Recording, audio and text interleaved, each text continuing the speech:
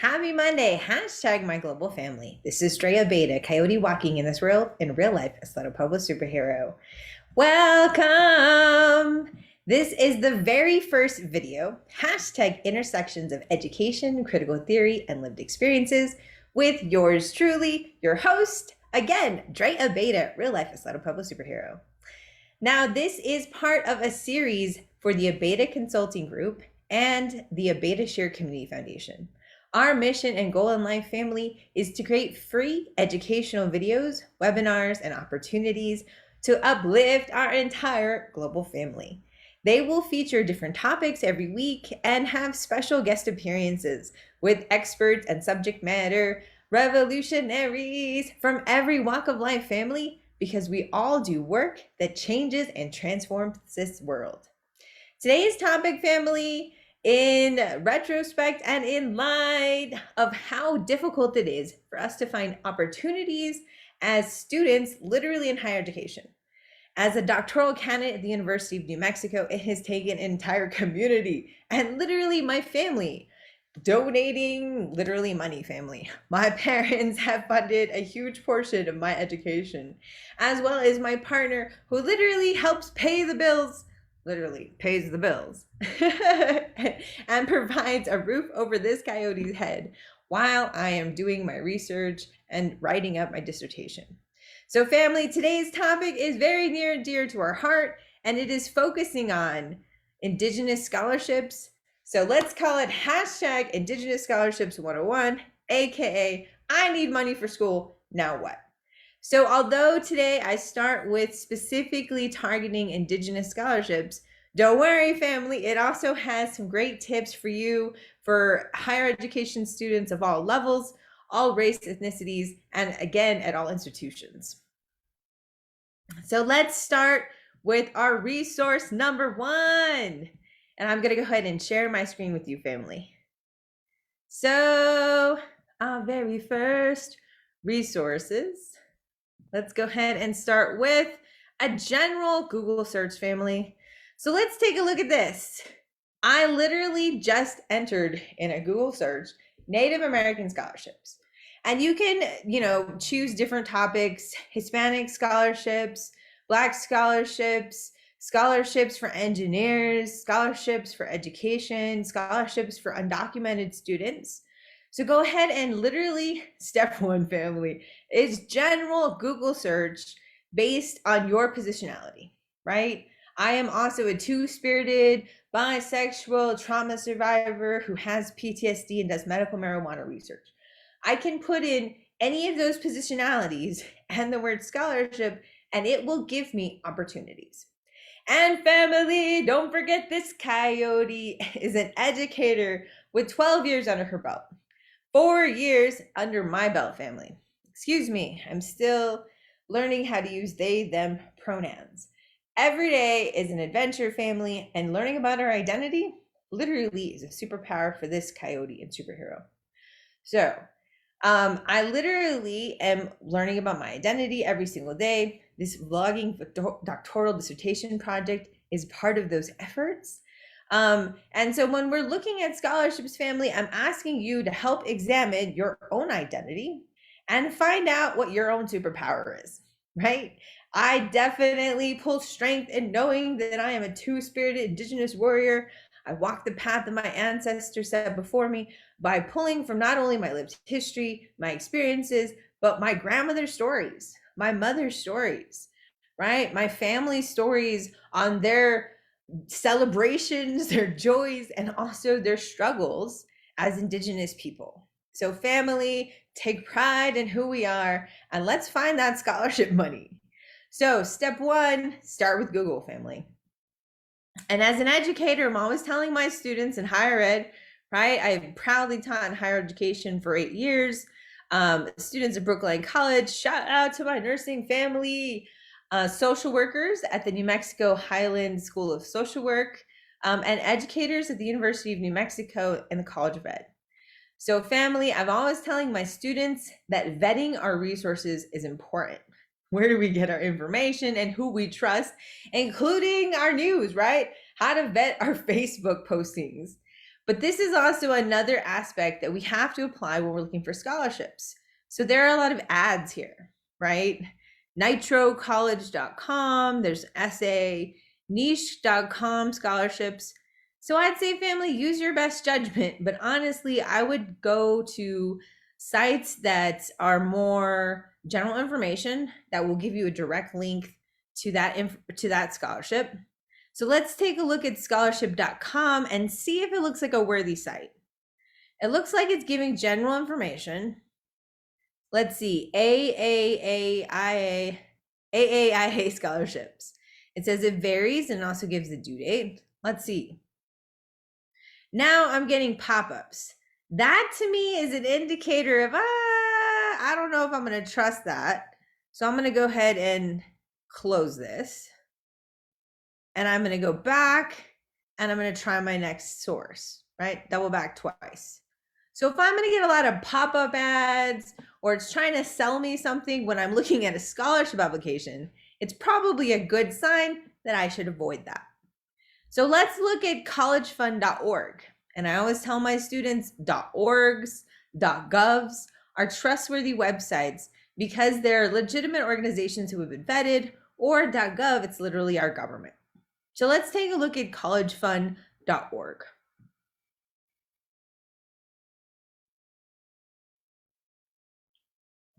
And let's see here. So American Indian, I want to go in order, family. American Indian College Fund.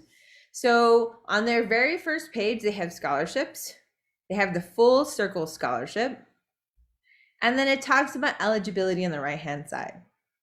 So it says any native U.S. citizen that is a member or descendant of a state or federally recognized tribe with at least a 2.0 grade point average and enrolled as a full-time student can apply for a scholarship.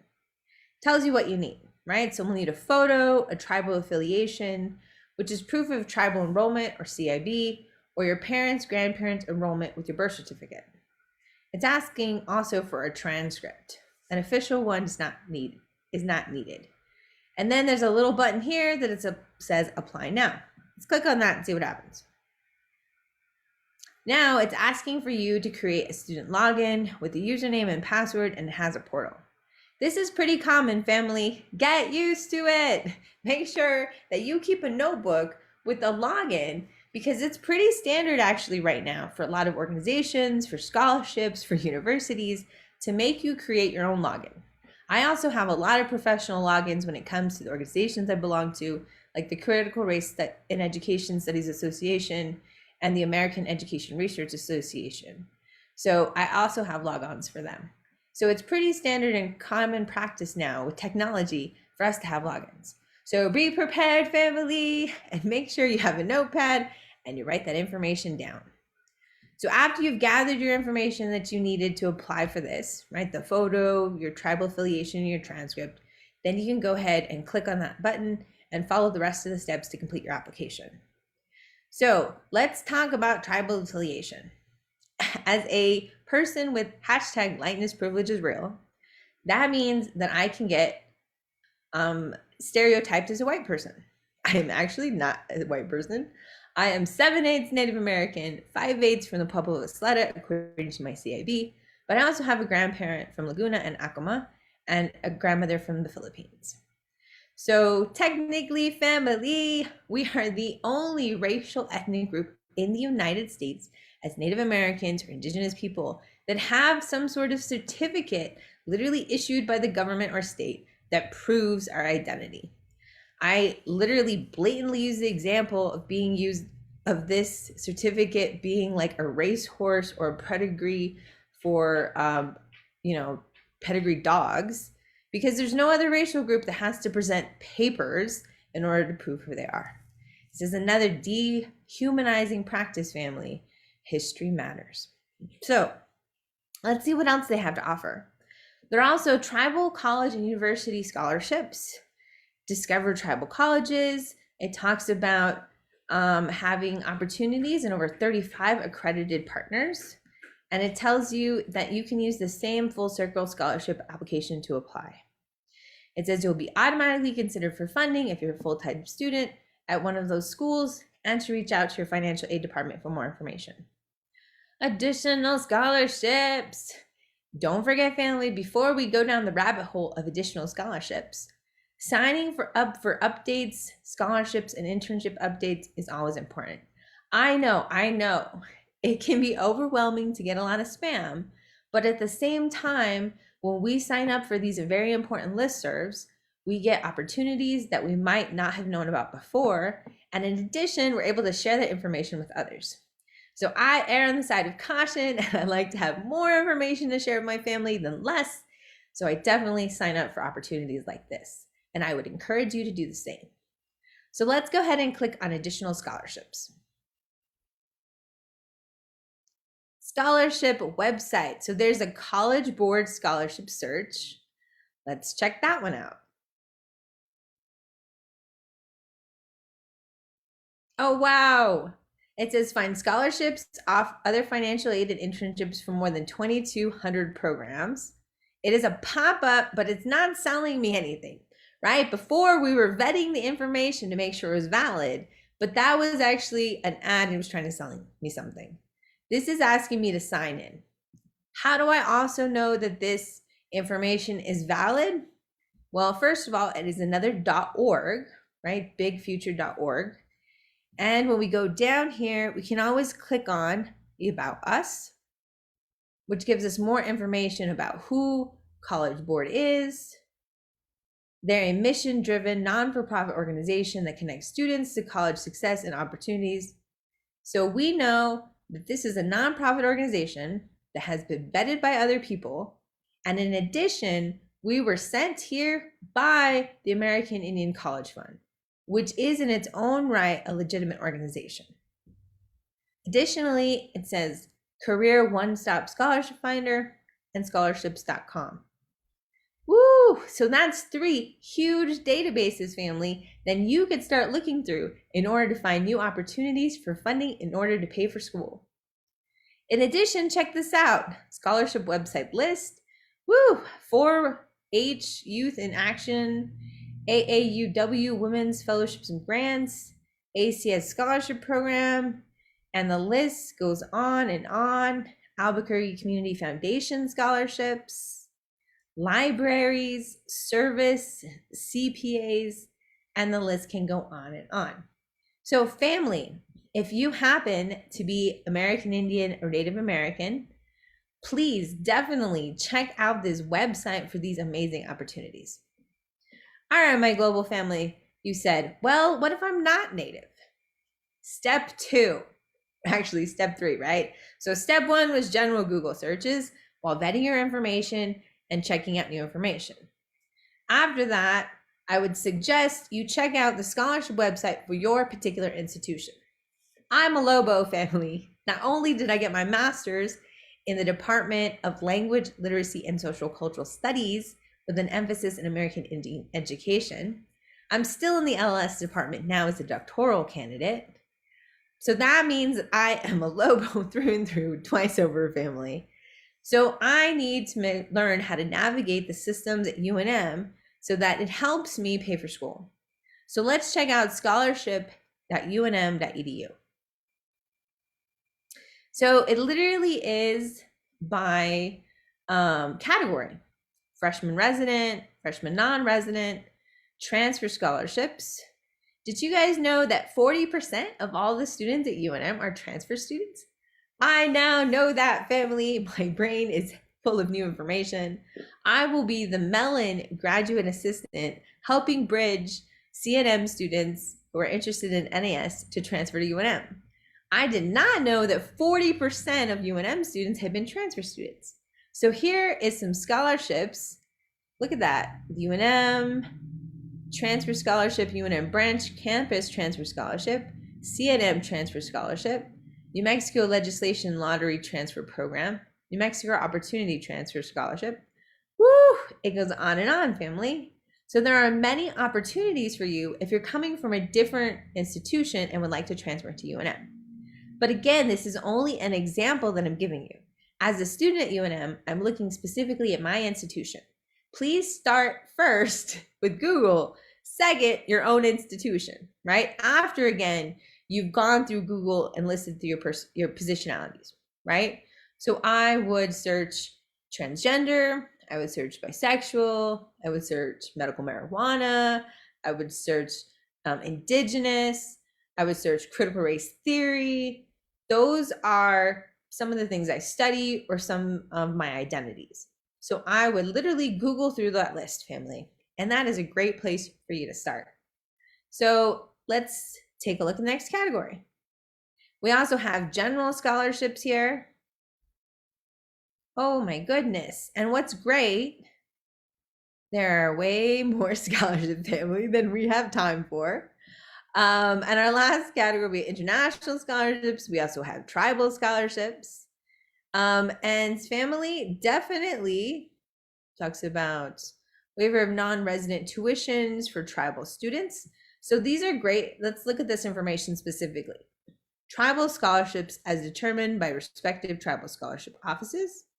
It asks you to complete a tribal education application. It asks you to complete an FNA form, to get academic transcripts, letters of admission, certificate of Indian blood, and verification of enrollment. In addition, family, we also have a waiver opportunity.